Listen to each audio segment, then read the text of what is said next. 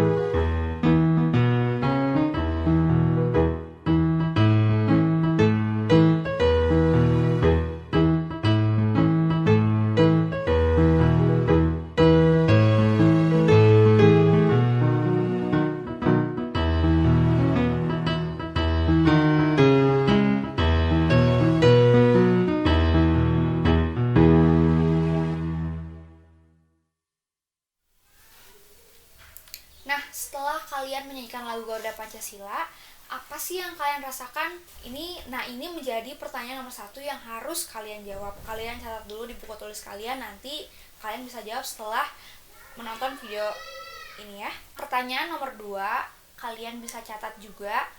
Menurut kalian Pancasila itu apa? Atau apa makna dari Pancasila? Dalam lagu Garuda Pancasila ada liriknya yang mengatakan, Garuda Pancasila, akulah pendukungmu, akulah pendukung Pancasila.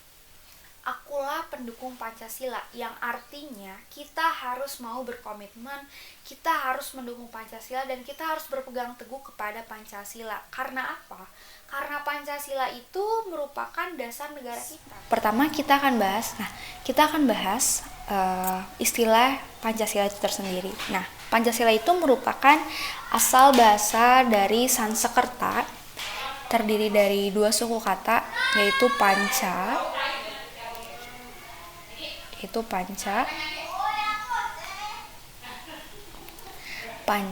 dan sila.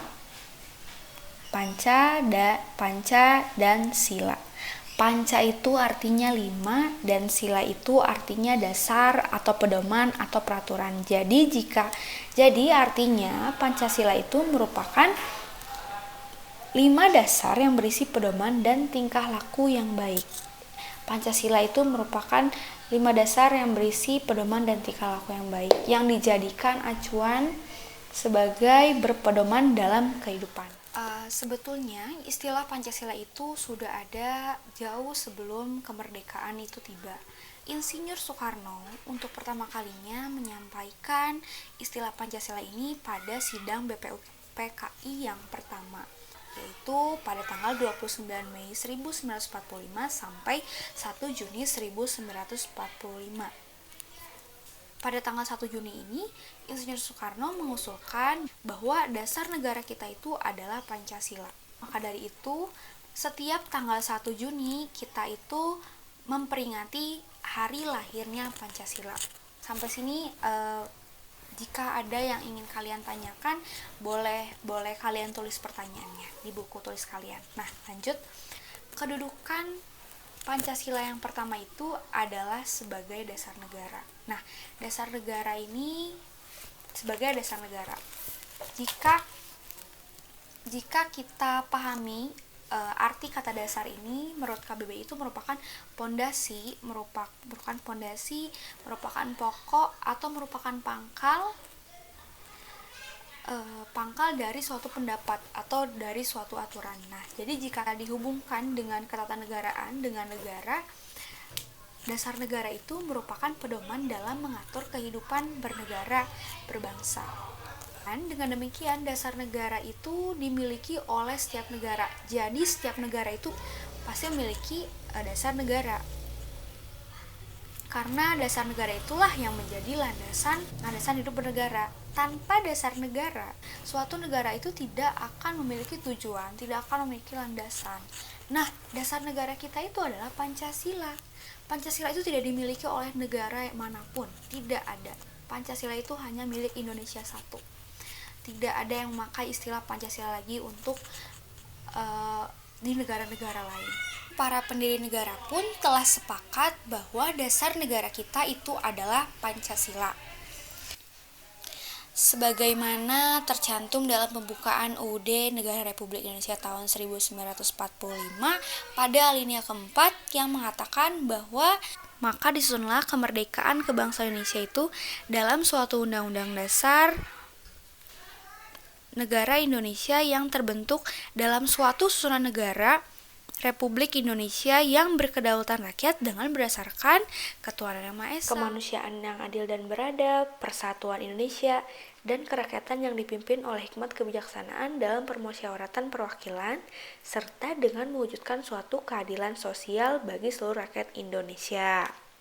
Setelah kita bahas yang pertama itu Pancasila sebagai dasar negara, lalu yang kedua itu ada Pancasila sebagai pandangan hidup bangsa. Nah, Pancasila sebagai pandangan hidup mengandung makna bahwa segala aktivitas sehari-hari bangsa Indonesia harus sesuai dengan nilai-nilai yang terkandung dalam Pancasila. Nah, kita harus tahu dulu apa sih itu pandangan. Nah, pandangan ini merupakan pandangan atau pandangan hidup ya. Pandangan hidup ini merupakan cara pandang, merupakan pedoman dan arahan bagi seseorang untuk memandang diri sendiri dan menentukan hidupnya mau seperti apa. Suatu bangsa Indonesia yang telah merdeka tentu memiliki pandangan hidup yang dijadikan pedoman untuk mencapai kemakmuran bersama. Nah, Pancasila itu dijadikan pedoman kita. Pandangan hidup ini digunakan untuk memecahkan berbagai persoalan yang ada di negara kita. Pandangan hidup kita ini dijadikan untuk mengatur kehidupan masyarakat dan urusan luar negeri. Dalam pandangan hidup suatu bangsa ini dapat dipandang sebagai nilai-nilai yang dimiliki bangsa tersebut. Misalnya, suatu bangsa yang dijajah memiliki paradigma bahwa penjajahan itu harus dihapuskan. Penjajahan itu adalah tidak manusiawi. Penjajahan itu adalah suatu hal yang keji, suatu hal yang kejam, karena membawa penderitaan dan kesengsaraan. Selanjutnya, lalu lahirlah tekad persatuan dan kesatuan untuk melepaskan diri dari penjajahan. Bangsa Indonesia itu lahir dari perjuangan yang sangat panjang, mulai dari zaman kerajaan, penjajahan kolonial, hingga perjuangan kemerdekaan. Dalam sejarahnya, perjuangan bangsa Indonesia itu lahir Pancasila dan mengakar dalam kepribadian bangsa Indonesia. Pancasila dijadikan sebagai pandangan hidup yang mengandung makna bahwa segala aktivitas sehari-hari yang kita lakukan itu harus sesuai dengan nilai-nilai yang terkandung dalam Pancasila. Misalnya, pada sila Pancasila yang ke-1, ketuhanan yang Maha Esa. Seluruh rakyat Indonesia, seluruh masyarakat yang ada di Indonesia itu harus bertuhan, harus memiliki Tuhan, harus beragama. Tidak boleh ada yang ateis, melanggar Karena jika ada yang ateis itu sudah melanggar Pancasila sila ke-1. Selain Pancasila itu mempersatukan, lalu sebagai pandangan hidup bangsa, Pancasila juga memberi aturan, memberi arahan untuk mencapai kesejahteraan dan kebahagiaan lahir dan batin. Lalu poin yang ketiga, kedudukan Pancasila sebagai kepribadian bangsa. Kita bahas ya. Kepribadian ini menurut KBBI, kepribadian adalah sifat hakiki yang tercermin pada sikap seseorang atau suatu bangsa yang membedakannya dari orang atau bangsa yang lain. Adapun kepribadian bangsa adalah ciri-ciri watak yang menonjol yang ada pada banyak warga suatu kesatuan nasional, kepribadian nasional. Dengan demikian, kepribadian bangsa Indonesia itu sudah sangat jelas berbeda dengan kepribadian negara lain atau bangsa lain. Pancasila itu memberikan corak dan ciri khas yang membedakan dengan bangsa yang lainnya. Nah, setelah Miss bahas tentang kedudukan Pancasila, yaitu mulai dari kedudukan Pancasila sebagai dasar negara, kedudukan Pancasila sebagai kepribadian bangsa, dan Pancasila sebagai pandangan dan Pancasila sebagai pandangan hidup bangsa. Sebetulnya ada 3 lagi poin, yaitu kedudukan Pancasila sebagai sumber dari segala sumber hukum, lalu ada Pancasila sebagai ideologi negara, dan Pancasila sebagai perjanjian luhur rakyat. Ada 3 poin lagi. Nah, Miss mau kalian cari informasi sebanyak-banyaknya, bisa dari internet, bisa dari internet, bisa dari buku. Kalian bisa cari informasi itu. Itu menjadi pertanyaan poin nomor 3, pertanyaan nomor 3, keempat, dan nomor 5. Nah, jika ada hal-hal yang ditanyakan atau hal-hal yang kurang jelas, kalian bisa catat pertanyaannya, kalian bisa tulis pertanyaannya apa, nanti minggu depan kita bahas. Nanti minggu depan bisa kita bahas kembali, oke? Jadi Miss cukupkan saja sampai sini. Semoga kalian paham apa yang Miss jelaskan. Maaf jika banyak sekali kekurangan, entah itu suaranya yang kurang terdengar atau emang Miss yang terlalu cepat menyampaikan atau apapun itu. Miss terima sarannya. Jika kalian ingin memberi saran kepada Miss, Miss pamit undur diri dan kita lanjut di Google Classroom ya.